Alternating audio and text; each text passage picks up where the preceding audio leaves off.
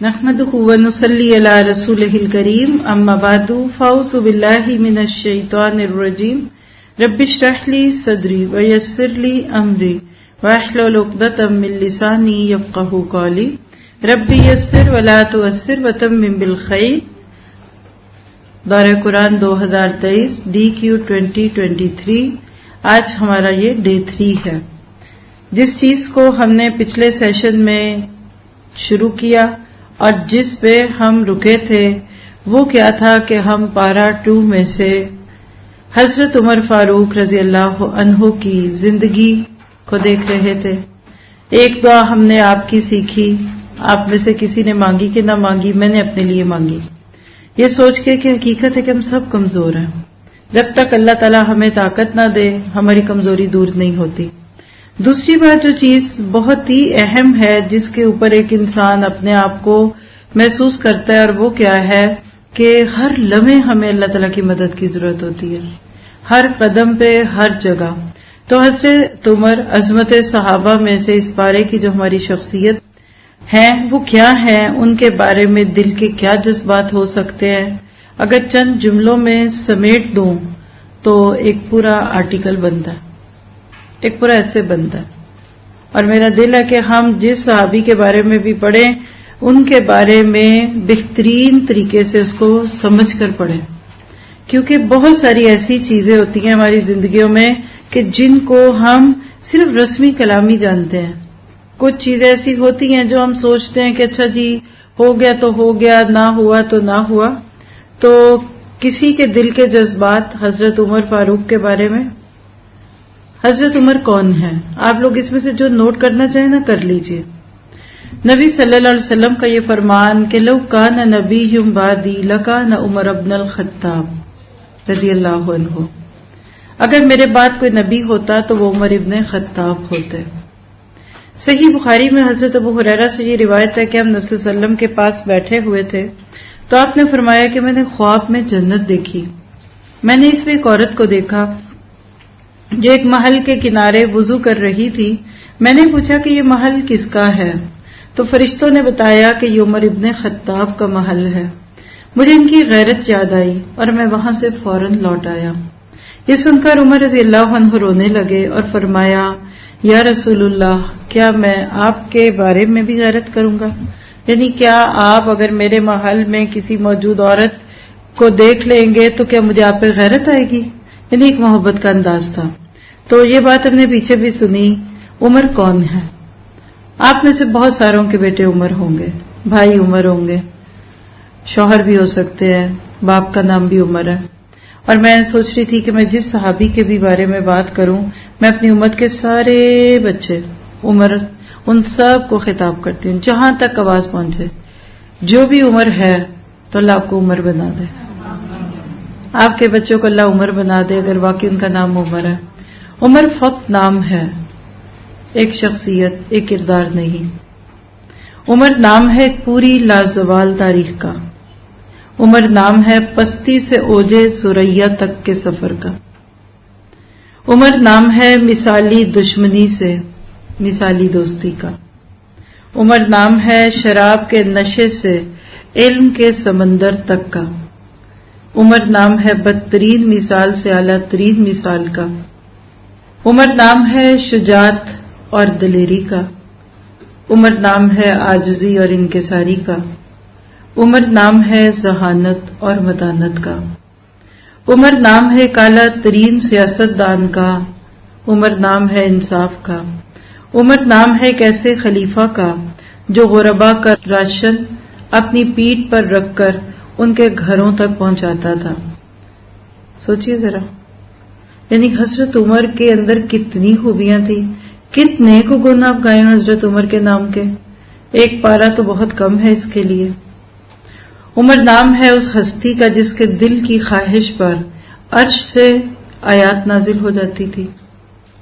عمر نام ہے اس کردار کا جس نے اس حکومت کی بنیاد ڈالی، جس کے قوانین آج تک کفار اپنے ممالک میں استعمال کر کے ترقی کے زینے طے کرتے چاہ رہے ہیں.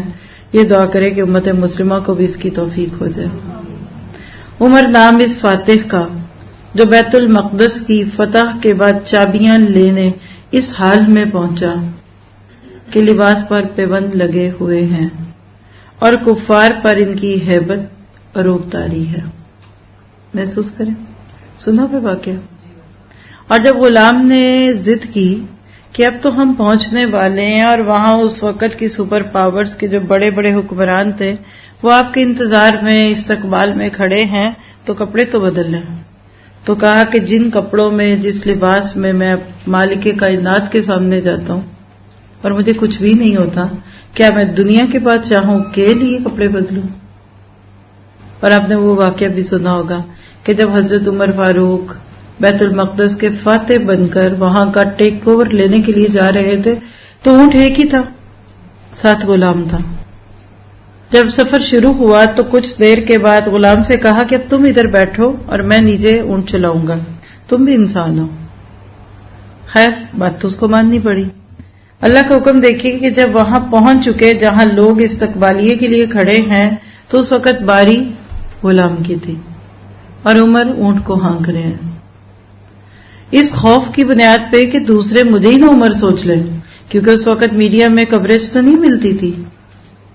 عمر کے غلام نے کہا کہ اب آپ اونٹ پہ آ جائیں اور میں آپ کی جگہ پہ سواری کو ہانکتا ہوں.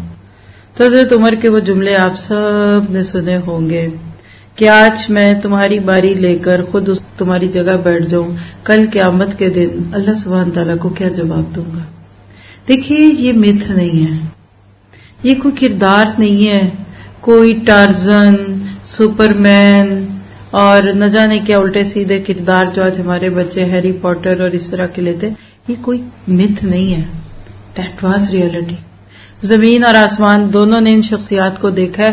یہ کوئی تصوراتی باتیں بھی نہیں ہیں. کئی آئیڈیل ہے نا ہمارے کردار میں, ہم نے نہیں ہیر رانجھا کو دیکھا, سسی پنو کا ہمیں کوئی نہیں پتا رومیو جولیٹ تھے بھی کہ نہیں, بس کردار ہے, لیکن یہ ریئلٹی تھے. اور اگر آپ حضرت عمر فاروق کی فضیلت جاننا چاہتے ہیں تو بخاری کی وہ حدیث پڑھ لیں کہ اللہ کے نبی نے فرمایا کہ تم میں سے پہلی امتوں میں محدث ہوتے تھے یا محدث ہوتے تھے اور میری امت میں عمر ہے. یعنی اگر اللہ سبحانہ تعالیٰ کلام کرتا میری امت میں سے کسی سے تو وہ عمر ہوتے. انبیاء سے تو اللہ نے کلام کیا, اس کے علاوہ نہیں کیے. تو جب بھی عمر کا نام آتا ہے ذہن میں ایک بڑی خوبصورت سی تصویر بنتی ہے. مزاج کا سخت ہے, تھوڑا سا جنگجو ہے, اس میں کوئی شک نہیں. لیکن عمر کا نام جب خلافت کے لیے دیا گیا تو کچھ لوگوں نے اعتراض کیا تھا کہ عمر کے مزاج میں سختی ہے. تو حضرت ابو بکر صدیق نے کیا فرمایا تھا کہ خلافت کی ذمہ داریاں عمر کو نرم کر دیں گی. بہت سارے لوگ بڑے سخت سٹبن ہوتے ہیں لیکن ذمہ دار بندے ہی پردرد بن جاتے ہیں, کیونکہ عمر نام ہے ایک ایسے کردار کا کہ جو ایک طرف سختی میں لوہا تو دوسری طرف خشیت الہی سے پگھلی ہوئی موم کی مانند تھے. ایک موقع پہ کسی نے حضرت عمر کو بس اتنا کہہ دیا تھا, یا عمر اتق اللہ, اے عمر اللہ سے ڈر جا. تو حضرت عمر پہ ایسی خشیت طاری ہوئی کہ سر نیچے کر کے اپنی گال زمین سے چپکا دی کہ تم نے مجھے اتنی بڑی ذات کا خوف دلایا. تو عمر کے گال اب زمین پہ ہوں گے, اتنی خشیت تھی. اور وہ منظر بھی یاد کیجئے کہ عمر ایک قافلہ لے کر جا رہے ہیں اور راستے میں ایک بوڑھی عورت نے ہاتھ کے اشارے سے عمر کو روک دیا, رک جاؤ. اور عمر سواری سے اترتے ہیں اور اس بوڑھی عورت کی باتوں پہ کان لگاتے ہیں اور دیر تک اس کی بات سنتے رہے, یہاں تک کہ جو ان کے ساتھی تھے وہ پریشان ہونے لگے. کسی نے کہا کہ امیر المومنین آپ نے ایک بوڑھی عورت کی بات سننے میں اتنا وقت لگا دیا. تو حضرت عمر نے فرمایا کہ میں اس عورت کی بات سننے میں کان کیوں نہ لگاؤں کہ جس کی آواز آسمانوں پہ سنی گئی. قد سمع اللہ قول التی تجادلک فی زوجہا وتشتکی الی اللہ. خولہ بنت ثعلبہ رضی اللہ عنہا, جس کی آواز ساتویں آسمان پہ سنی گئی, سورۃ مجادلہ نازل ہو گئی, میں اس کی بات کیوں نہ کروں. اور حضرت عمر اسلام لانے سے پہلے شراب کے نشے میں جنگجو انسان تھے، سب پیتے تھے، حرام نہیں تھی اس لیے پیتے تھے، لیکن اسلام لانے کے بعد ایک عظیم الشان اسلامی ریاست کے حکمران ہونے کے باوجود اتنے عاجز، اتنے باشعور تھے کہ اپنے خطبے میں حق مہر کی رقم کو کم کرنا چاہا۔ انہوں نے دیکھا کہ لوگوں نے حق مہر کو پریسٹیج میٹر بنا لیا، بڑے بڑے حق مہر باندھتے ہیں جو بعض دفعہ بعض لوگوں کے شادی کے راستے میں رکاوٹ بنتے ہیں، کیونکہ عرب کلچر میں آج بھی مرد ہی شادی کی خرچے اور اخراجات چلاتا۔ تو حضرت عمر نے ایک حد رکھ دی کہ 500 درہم سے زیادہ کوئی حق مہر نہیں رکھ سکتا۔ تو جب عمر یہ قانون پاس کر کے ممبر سے اتر کے آڈینس میں سے گزر کے جا رہے تھے تو ایک بڑھیا نے روک دیا، عمر رکیے، بولیے۔ کہنے لگی آپ وہ کام کیسے کر سکتے ہیں جو نبی صلی اللہ علیہ وسلم نے نہیں کیا؟ جب اللہ نے کہا ہے کہ اگر تم نے کسی نے اپنی بیوی کو قنطار دیا ہو، قرآن میں ان آتیتہن قنطارا، طلاق کی صورت میں وہ واپس نہیں لے سکتے، تو 500 درہم قنطار تو نہیں ہوتے خزانے، تو آپ یہ کیسے کر سکتے ہیں؟ اب مجھے بتائیے کہ حضرت عمر کی انا پہ چوٹ پڑی ہوگی، ہٹو بچو، پکڑو اس عورت کی جرت۔ ہمارے یہاں ایک قانون بن کے پاس ہو جائے، اس کو صحیح کروانے میں کئی نسلیں کھپ جاتی ہیں، قانون وہیں کا وہیں کھڑا ہوتا ہے۔ حضرت عمر رضی اللہ عنہ عاجزی سے کہہ اٹھتے ہیں کہ شکر ہے مالک کا کہ عمر کی قوم میں ایسے لوگ موجود ہیں جو اس کو غلطی کرنے سے روک لیتے ہیں۔ اور اس کے بعد آپ نے انکساری کی اعلیٰ مثال قائم کرتے ہوئے کہا کہ ایک بڑھیا عمر سے زیادہ دین جاننے والی ہے۔ اور آپ کو تو اس کے بعد کیا کیا تھا؟ دوبارہ لوگوں کو جمع کرایا، منادی پکارو، جو سب واپس آ جاؤ، گیدرنگ دوبارہ اکٹھی ہوتی ہے۔ اور حضرت عمر نے اسی جگہ اسی ممبر پہ کھڑے ہو کر جہاں بھی تھوڑی دیر پہلے قانون پاس کیا تھا، کہنے لگے ابھی عمر نے ایک قانون بنایا تھا، اب اس کو اللہ کے دین کی بات پہنچ گئی ہے، میں اپنا وہ قانون واپس لیتا ہوں، جس کو جتنا حق مہر دینا اتنا دے دے۔ یہ تھے حضرت عمر فاروق رضی اللہ عنہ، اسی لیے جن کے نام فاروق تھے۔ تو یاد رکھیے کہ عمر نام ہے اس ہستی کا جس کو اسلام کا تاج رسول اللہ صلی اللہ علیہ وسلم کی دعا سے ملا۔ نبی صلی اللہ علیہ وسلم نے دعا کی تھی کہ اللہ اسلام کو عمر بن ہشام یا عمر بن خطاب سے عزت دے دے۔ کہنے والا نے کہا کہ حضرت ابراہیم نے بھی دعائیں مانگی تھی نا، ہم نے پڑھی پیچھے، ربنا وابعث فیہم رسولا منہم، 4000 سال بعد وہ دعا پوری ہوئی۔ اور صحابی کہتے ہیں کہ میں نے تو صبح سنا کہ اللہ کے نبی عمر کی دعا کریں، اور شام کو عمر ننگی تلوار لے کر ہاتھ میں آپ کے دربار میں پہنچ جاتے ہیں۔ یعنی قد نرا تقلب وجہک فی السماء، ایک ہی مثال نہیں تھی نبی کی دعاؤں کی قبولیت کی۔ اللہ آسمان سے قبلے بھی بدل دیتا تھا اور لوگوں کے دل بھی بدل دیتا تھا۔ اور جب عمر اپنی حکومت میں آئے، حکمران بنے، تو عمر نام بن گیا ایک ایسے شخص کا کہ جس کے انصاف کے ڈر سے ان کی زندگی میں ایک بکری دوسری بکری پر حملہ نہیں کرتی تھی۔ ایک بڑا شخص عمر کے دور میں دیکھتا ہے کہ ایک بھیڑیے نے بکری کو کھا لیا، یعنی چیرا پھاڑا، تو رونے لگے۔ لوگوں نے کہا کہ کیا ہوا؟ پھر کیا؟ بکریاں تو ایسے ذبح ہوتی ہے، جو بھیڑی ہیں وہ تو کھاتے ہی ہے۔ تو حضرت عمر کے دور کا وہ بزرگ جو اپنی زندگی کی بہاریں دیکھ چکا تھا، کہنے لگا کہ عمر فوت ہو گیا۔ کہنے لگا یہ کیسی بات آپ کر رہے ہیں؟ کیوں آپ اتنی بڑی بات کس دلیل پہ کہتے ہیں؟ تو کہنے لگے کہ عمر کی زندگی میں کسی بھیڑیے کی مجال نہیں تھی کہ وہ بکری کو کھاتا۔ اور واقعی جب لوگوں نے جا کر تحقیق کرائی تو حضرت عمر پہ قاتلانہ حملہ ہو چکا تھا۔ ابو لولو نے آپ کے اوپر قاتلانہ حملہ کیا۔ عمر جیسے شخص کی زندگی میں ظلم نہیں ہو سکتا تھا، اور آج بھی جو ذمہ داران خود اپنی ذمہ داریاں پوری کرتے ہیں، اپنی لی ہوئی ذمہ داریوں کو پوری طرح سے آسن طریقے سے انجام دیتے ہیں، رولز کو فالو کرتے ہیں، اس آرگنائزیشن یا اس اسکول یا اس انسٹیٹیوٹ کے ایک ایک آنا پائی کے اوپر نظر رکھ کے روتے ہیں کہ ہماری وجہ سے نہ کچھ خرابی ہو، وہاں کبھی ظلم نہیں ہوتا، وہاں چوریاں بھی نہیں ہوتی، وہاں بے خیالیاں بھی نہیں ہوتی۔ اگر آج ہمارے اس ادارے میں برکت نہیں ہوئی تو وجہ مجھے پوچھنی پڑے گی خود سے. اگر اس میں کوئی اچھی بات ہے تو اس کو اللہ کا کمال سمجھنا چاہیے.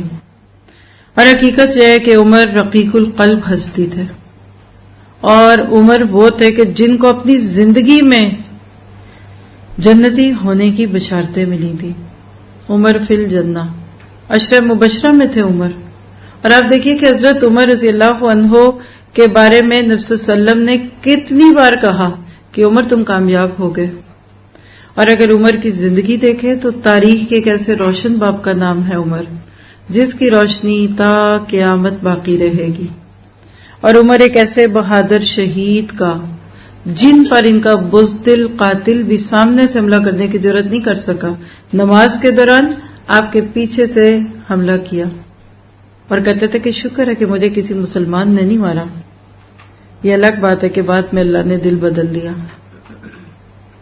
تو بس یہ کہنے کو کسی نے کہہ دیا کہ عمر نام اس مہکتے پھول کا جس کو دنیا میں بھی نبی صلی اللہ علیہ وسلم کا قرب نصیب ہوا اور مرنے کے بعد بھی نبی صلی اللہ علیہ وسلم کی قربت پانے میں کامیاب ہو گئے. جب حضرت عمر پہ قاتلانہ حملہ ہوا تو آپ نے حضرت عائشہ صدیقہ کو ایک پیغام بھیجا کہ میری بڑی خواہش ہے کہ مجھے نبی کے جوار میں جگہ ملے.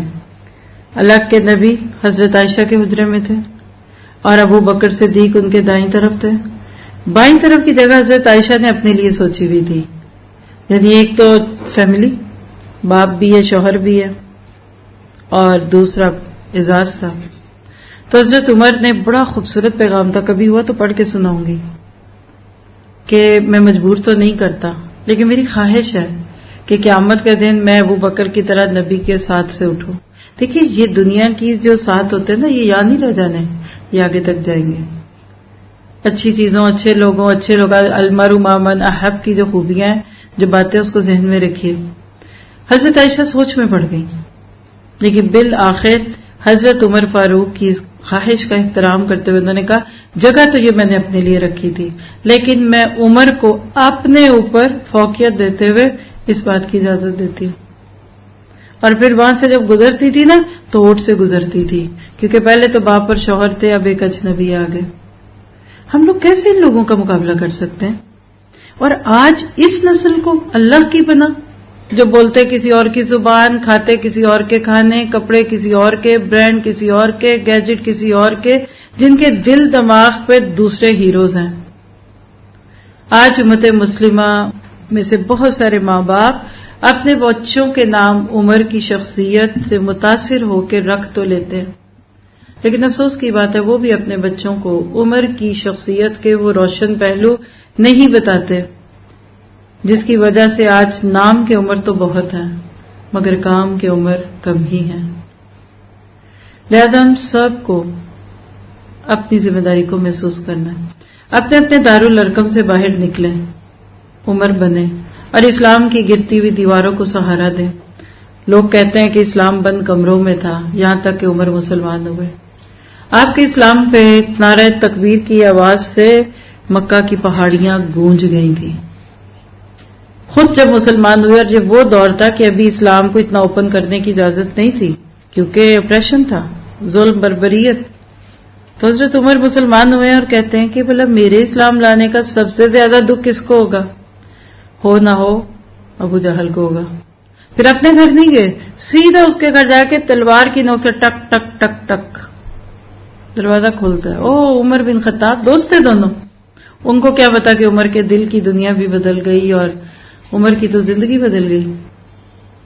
وہ تو اسی محبت سے مل رہا ہے. اور عمر کہتے ہیں اشہد اللہ الہ الا اللہ واشہد ان محمد رسول اللہ.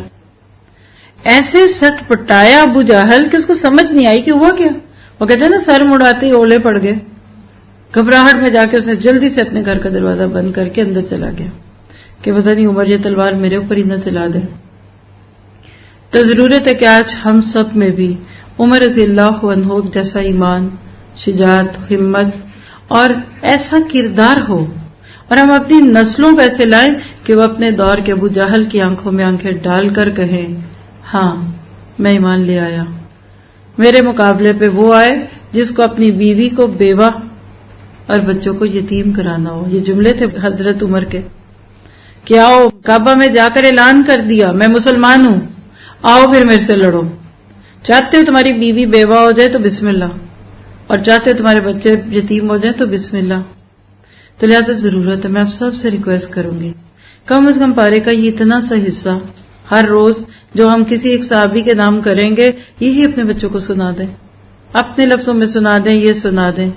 اس لیے کہ آج پھر اسلام منتظر ہے ایسے عمر کا جو کفار کو للکار سکے اور جس کے ایمان کی قوت سے کفار کی ہمتیں پست ہو جائیں. دعاؤں کے ساتھ ساتھ کوشش اور صحیح رخ پہ عمل. اس رمضان کو اپنے بچوں کے دلوں میں صحابہ کی محبت کا بیج بو دے، اس لیے کہ جتنے دل میں جذبات ہوتے ہیں نا اس کا اظہار کرنا مشکل ہوتا ہے. تو حق تو یہ ہے کہ حق ادا نہ ہوا. تو اس عمر کی زندگی ہم نے کھول کر دیکھنی ہے. ہم نے کل کے لیسن کے ساتھ بھی حضرت عمر کے ناطے سے ایک دعا سیکھی تھی، اور آج کی دعا تو بڑی ہی خوبصورت ہے. ہر دن آپ کو ایک دعا دینی ہے، اللہ آپ کے نصیب میں کر دے. تو حضرت عمر فاروق کی ایک اور دعا جو بڑی عجیب دعا لگتی تھی وہ کیا ہے؟ حدیث صحیح بخاری کی 1890. حضرت عمر رضی اللہ عنہ فرمایا کرتے تھے اللہم ارزقنی شہادتن فی سبیلک وجل موتی فی بلدی رسولک صلی اللہ علیہ وسلم. اے اللہ مجھے اپنے راستے میں شہادت عطا کر اور میری موت کو اپنے رسول کے شہر میں مقدر کر دے. اب ظاہر یہ انہونی بات ہے کیونکہ عمر جو دعا کرتے تھے نا، آج اس دور کے بھی ایک عالم تھے دنیا سے چلے گئے، ان کے گھر والے گواہی دیتے ہیں کہ وہ بھی یہ دعا بڑی کرتے تھے. تو لوگ ان کا اس دعا سن کر جو رسپانس دیتے تھے وہ کیا تھا، یہ کیسے ہو سکتا ہے؟ ایک تو آپ شہادت مانگ رہے ہیں اور ایک آپ مدینہ میں مانگ رہے ہیں، اور مکہ مدینہ میں ایسے قتل و غارت اور جنگ جو یہ ممنوع ہے، حتیٰ کہ جب دجال آئے گا تب بھی مشکل ہے. تو اللہ نے کیا ذریعہ بنایا؟ ایک بم بلاسٹ ہوا لاہور میں، اپنی اسپیچ کے دوران مومن ہے تو بے تیغ بھی لڑتا ہے سپاہی، ان جملوں پہ تھے. کسی نے پھول دیے، پھولوں میں بم تھا، بم بلاسٹ ہوا اور زخمی حالت میں ان کو ہاسپٹل پہنچایا گیا، ٹانگ میں زخم آیا تھا. ان کی وصیت تھی اپنی زندگی میں بھی کہ اگر کبھی میں بیمار ہو جاؤں تو مجھے مدینہ لے جانا. سعودی حکومت نے اپنا چارٹرڈ طیارہ بھیجا ایک آدھ دن کے اندر اور ان کو سعودیہ پہنچایا گیا، اور ادھر مدینہ ایئرپورٹ پہ ان کی فلائٹ لینڈ کی ہے اور ان کو ہاسپٹل لے کے گئے اور انہوں نے دم توڑ دیا. یہی ہوا. اللہ کے رستے کی گواہی شہادت دیتے ہوئے وَكَذَلِكَ جَعَلْنَاكُمْ أُمَّةً وَسَطًا، اور موت کہاں آئی جا کے. تو یاد رکھیے اس سارے سفر میں ہم صحابہ کرام کی ایسی بہت ساری دعائیں سیکھیں گے جو ایسی دعا نہیں ہے جس کو ہم کہتے ہیں راہ لگا کے پڑھنا، رٹنا لفظوں میں بھی. ان کی دل کی چاہت ہی اور اللہ پوری کرتا تھا.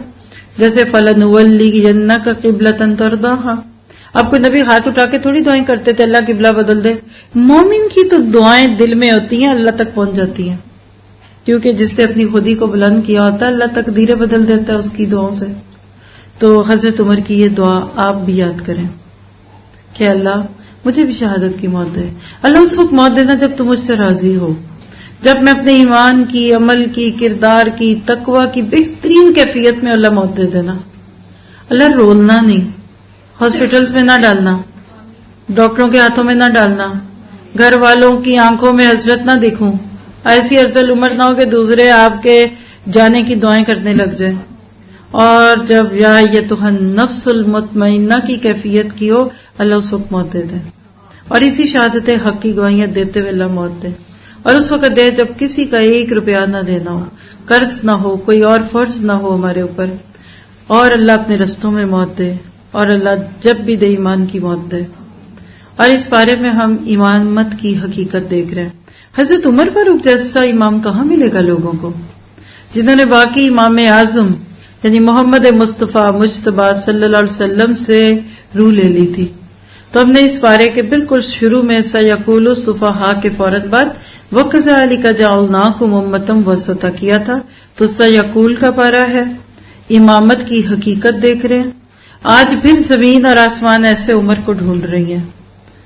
آج ہمارے اس ملک کو بھی ایسے ہی حکمرانوں کی ضرورت ہے کہ جو امامت کا حق ادا کر دے، جو دوسروں کو بدلنے سے پہلے خود